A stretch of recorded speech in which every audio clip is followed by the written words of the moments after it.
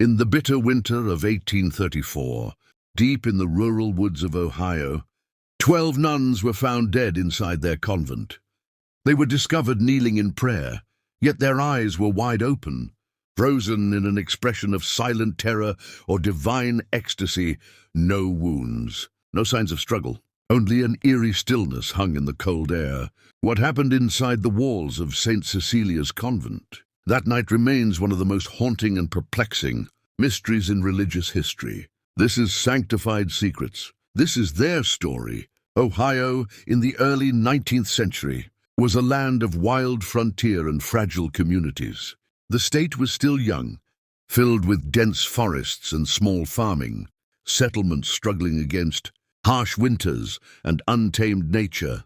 Religious tensions ran high. The majority Protestant population viewed Catholicism with suspicion and fear, associating it with foreign influence and secret rituals. Yet the Catholic Church sought to establish sanctuaries of faith and service across these new lands. St. Cecilia's Convent was founded in 1828, nestled in a remote township far from prying eyes. Its stone walls enclosed a cloistered community of 14 nuns, led by Mother Superior Agnes, a strict and devout woman whose past was shrouded in mystery. Life inside the convent was austere. The sisters woke before dawn for hours of silent prayer, fasting, and self-denial. They rarely spoke, and when they did, their words were measured and solemn. Journals and letters recovered years later reveal a community bound by discipline, faith, and something darker, whispered fears and secret vows, including a vow of death rarely spoken aloud. As the winter of 1833 tightened its grip, unusual occurrences began to unsettle the convent. 2 nuns fell ill mysteriously, and strange figures were seen pacing the chapel at night. But the true horror was yet to come. As the calendar turned to November 1833, an unnatural stillness settled over the grounds of St. Cecilia's Convent. The surrounding forest, usually home to rustling winds and birdsong, had gone silent. Locals who passed near the convent spoke of an oppressive feeling in the air, as though the land itself was holding its breath. Within the convent walls, unease had begun to bloom.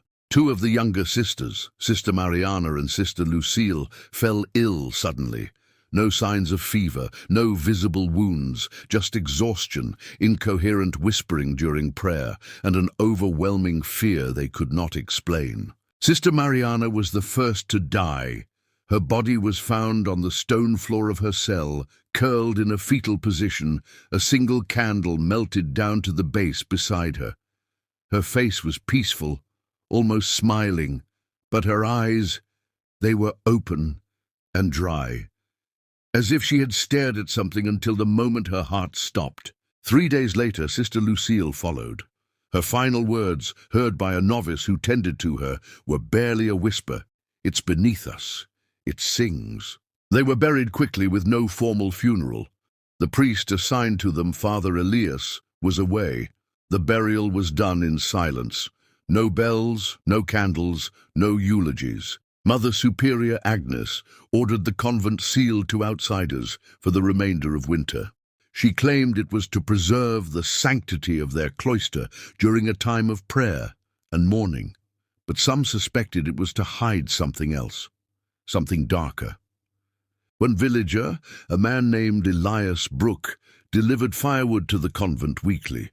On his final visit in December, he claimed to have seen someone through the chapel's stained glass windows, a tall figure dressed in white, pacing in slow circles in front of the altar. But when he knocked, no one answered. He left the wood at the gate and never returned. Inside the convent, the sisters reportedly began hearing voices during silent prayer. Some described them as angelic hymns. Others said they were incomprehensible chants, spoken in reverse Latin. One journal, written by a novice named Clara, contained a single line repeated over and over. "We kneel and listen, we kneel and listen, we kneel and listen." That entry was dated just 3 days before the deaths. And then, silence. No more letters, no more deliveries, no one seen entering or leaving. The convent bell, which used to ring thrice daily, never sounded again, until one day in January 1834, when a traveling priest named Father Elias returned and found the door unlocked. Father Elias had served the community surrounding the convent for nearly a decade. He had known the sisters well, at least from a distance. Their silence was a wall even he could not fully cross. But when he approached the convent that icy morning, something felt wrong. The air was too still, the snow untouched, the iron gate was cracked open. Inside, the stone halls were cold, silent. Candles had burned out long ago. The scent of incense still lingered, faint but unmistakable. He walked to the chapel, and there he stopped. 12 nuns, kneeling in 2 perfect rows before the altar, eyes wide open, hands clasped in prayer, some with rosary beads draped loosely between their fingers. Not a single one had fallen. Not one appeared to have resisted anything. They had simply knelt and died. The altar was untouched. A single white candle still burned beside a statue of the Virgin Mary, yet no one had lit it in days. Behind the altar, an old pipe organ, long unused, let out a single low note as a breeze passed through the chapel, as though the room itself exhaled in relief or in mourning. No wounds, no struggle. Their bodies were cold yet perfectly preserved. Father Elias wept. He said nothing for nearly an hour, simply kneeling among them, unsure if he had entered heaven or hell. Father Elias, after composing himself, returned to the village and alerted the diocesan authorities in Cincinnati. 3 days later, 2 church investigators arrived, Bishop Alphonse Laverty and a young clerical assistant named Thomas Reed. Both were seasoned men, sent not only to examine the scene, but to contain it. When they arrived, the bodies had not been moved. Father Elias had refused to disturb them. The chapel remained exactly as he found it. Bishop Laverty ordered the convent locked down, and entry was forbidden to anyone outside the church. What occurred next was kept in sealed church records, much of it redacted, others simply missing. But fragments of Thomas Reed's personal journal survive. He wrote, "I have served in 3 dioceses, witnessed suicides, crimes, heresies, but never have I seen 12 people die in harmony, with no violence, no cause. It was like they were called and answered." An autopsy was requested, but never conducted. The bishop cited the sanctity of their state, claiming they died in a position of prayer, and thus must be preserved that way. Instead, the bodies were moved the next morning and buried in a shared grave behind the convent, unmarked, without ceremony. Only a small wooden cross was planted at the site. It later vanished in a storm. As the investigation continued, Father Elias revealed a secret. There was a door, one sealed decades ago, in the basement of the convent. He had only seen it once, years prior. It was made of oak, blackened with age, reinforced with iron bands and bolted from the outside. Carved above it were 3 Latin words. Non aperias audi. Do not open, listen. When the bishop asked what lay beyond, Elias simply said, "I don't know, but Agnes did." Mother Superior Agnes had mentioned it in her final journal entry, found tucked inside her Bible. Her handwriting was shaky, frantic. The ink had bled in places, but one passage stood out. "The singing grows louder. It is not ours. It rises from the floor. I've instructed the sisters to kneel and wait. If this is judgment, we will meet it with open eyes." Despite this, Bishop Laverty refused to open the sealed door. He ordered it walled over, claiming that some rooms are not meant to be entered, in this life or the next. The convent was declared spiritually tainted and closed permanently. No press release, no public explanation, only rumors and fear. In the years that followed the closing of St. Cecilia's convent, whispers filled the vacuum left behind. The silence of the church only deepened the mystery. Without official explanation, the townspeople turned to rumor and legend. Some believed the nuns had taken part in a mass suicide, an extreme act of religious martyrdom or cult-like devotion. But that theory never held. There were no poisons found, no signs of ingestion, and no preparation for death. Their bodies were too perfect, too peaceful. Others suggested mass psychosis, a shared delusion fueled by isolation, ritual, and repressed hysteria. But again, why kneeling? Why so uniform? And why open-eyed, as if they were watching something no one else could see? Then came the darker stories. Locals began referring to the event as the Silent Massacre. An elderly gravedigger named Samuel Hart claimed that when he buried the bodies, he could hear faint sounds beneath the earth, like soft hymns rising from the soil. He left Ohio soon after and never spoke of it again. Another tale came from a midwife named Henrietta Cole. In her later years, she recounted visiting the convent once, decades before the deaths, and being shown a strange black rosary kept locked in a wooden box. Mother Agnes had told her it was a relic too sacred to touch and too dangerous to pray with. But the most persistent legend centered on what locals called the angel beneath the earth. It was said the convent had been built atop an older structure, a chapel or crypt long buried. Some claimed it was an abandoned sanctuary used by a heretical sect driven underground during the Reformation. Others said it predated even that, a place where voices spoke not from heaven but from below. The phrase "angel beneath the earth" appeared 3 times in the convent's recovered documents. In one anonymous note left unsigned, it read, "It does not descend, it rises. We call it angel because we dare not call it what it is." In another document, one not confirmed but widely circulated, Mother Agnes allegedly confessed to hearing a voice during deep prayer. It told her, "Open your eyes, you will not see God, but you will understand him." And then there was the 13th. Though only 12 nuns were found, records from the diocese listed 14 women living at the convent. The youngest, a novice named Sister Anne-Marie, was never accounted for. No body, no grave, no mention in burial records. Some said she had fled, others that she had opened the door. A diary believed to be hers was found in 1892 behind the stone of the ruined chapel wall. The last line read, "They are kneeling. I cannot join them. I cannot see what they see. I can only hear singing. No one knows what happened to her." Some believe she lives eternally cursed, wandering the woods outside the ruined convent, searching for a door that should never have been opened. Though the church abandoned St. Cecilia's convent, the building itself stood for nearly 80 years, and during that time it became something else, a legend that haunted the edges of the town's memory. Children dared each other to approach the iron gates.